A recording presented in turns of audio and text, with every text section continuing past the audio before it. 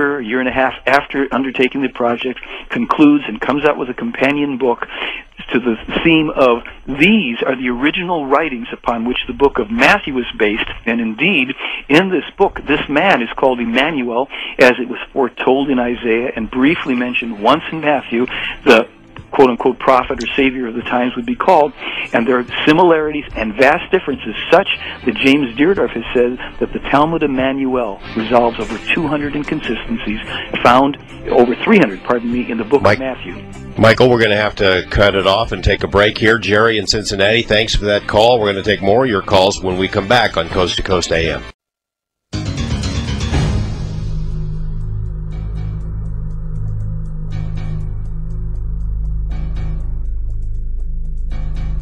Welcome back to Coast AM. I'm George Knapp. We have a few minutes left with Michael Horn to talk about the Billy Meier case, and we'll take your calls in just a moment, but I'm going to ask my question about the assassination attempts, Michael. I mean, I've covered a lot of the mob guys who ran the streets of Las Vegas, and if they tried to kill somebody 19 times and didn't get the job done, they would have been in a lot of trouble. Sure. Well, actually, there haven't been 19. There have been 21 attempts in Meier. 21. Perhaps one of the best answers is, and you know Wendell Stevens, and sure. Wendell was sitting with Billy when one of the earliest assassination attempts, not the first one, actually his first one was in '64 in India, but one of the first ones in Switzerland, and he said he was sitting with Billy, and suddenly Billy, fell forward onto Wendell, he just fell towards him. They heard a cracking sound simultaneously. They didn't know what had happened. Billy didn't know why he lurched. And when they got up and looked around, there was a bullet hole in the wall right where Meier's head would have been. And what we're told in this case is that for some time, because they knew Meier would become quite a target, he was protected. He was, given additional help by his Plejaran friends, and then, of course, it was turned over to him. He had to become responsible for himself. The core of this case, really, you come down to it, it's about self-responsibility. It's not even about UFOs. And Meier had to take responsibility for protecting himself and being alert and aware.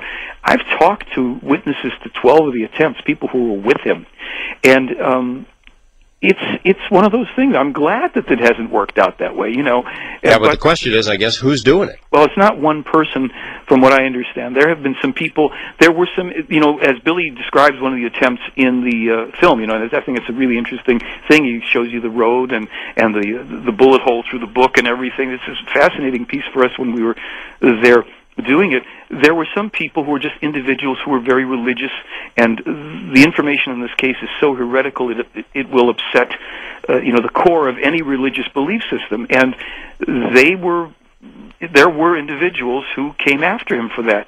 It is also said that there were certain parties connected to certain intelligence groups or even neo-Nazi groups who targeted him as well, but his protection has been fairly good, both from the ETs and his friends who are around him and his own wits.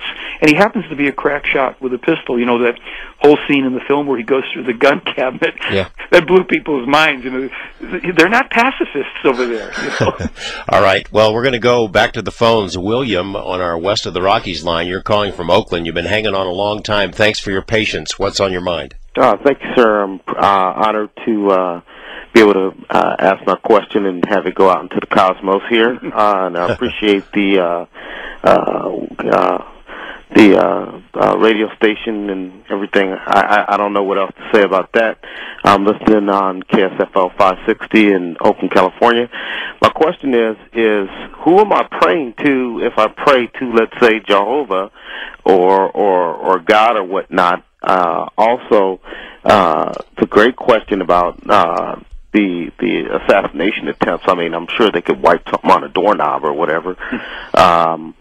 Also, my last question would be, if these things aren't going to do anything until about 700 years from now, how does that help us now? I'll listen to my question off the air. Thank you. Well, all good questions there, William. That first one about right. who are we praying to is pretty good. Well, this is good. This is why the case is so heretical. This is why the Talmud Emmanuel causes a lot of grief, cost the lives of Issa Rashid and his family, many times almost cost the life of Meier.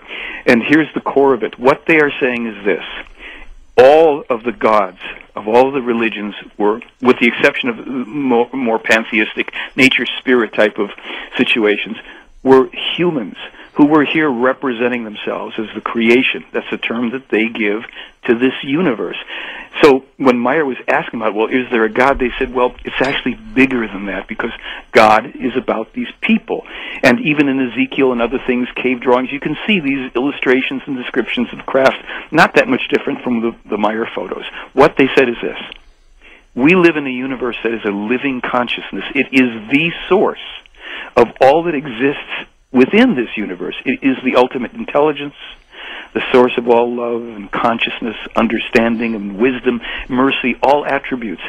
And it creates all that exists within this universe according to immutable laws. It sets everything in motion, just like we live on this little speck of cosmic lint floating perfectly in space while we trample over each other thinking we can have dominion over each other and our world.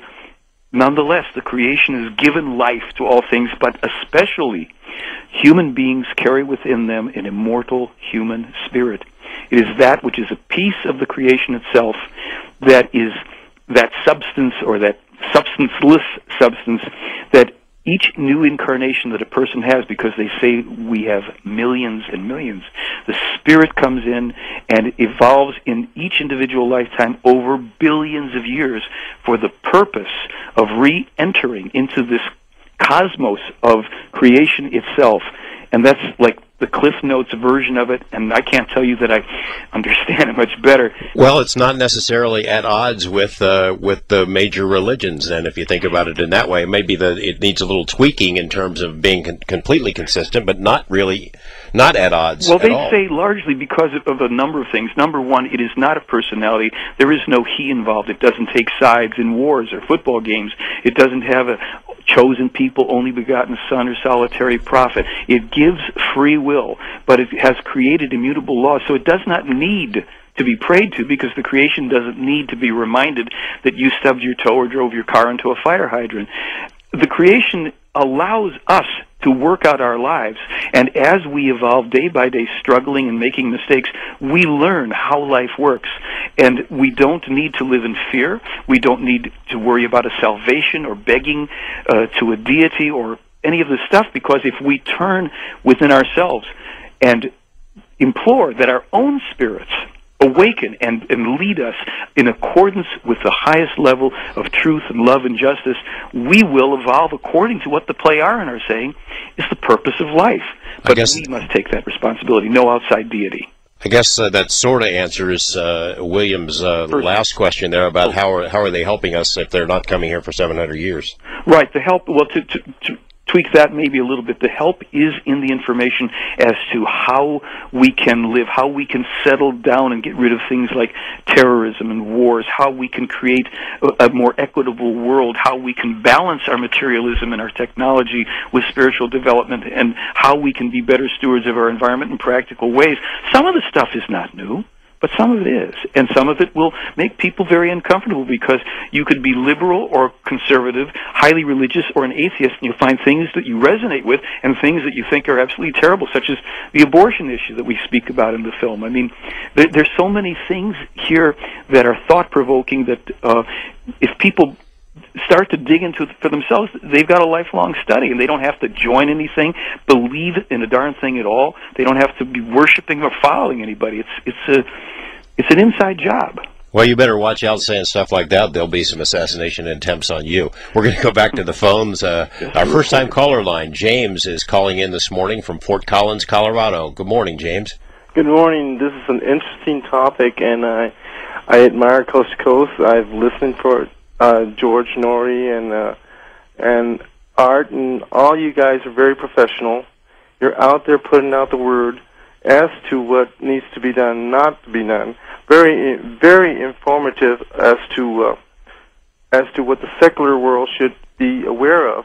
But the thing is, this is we need to have it put out there more informative in the newspapers and in USA Today, to where everybody can get a hold of this information, not just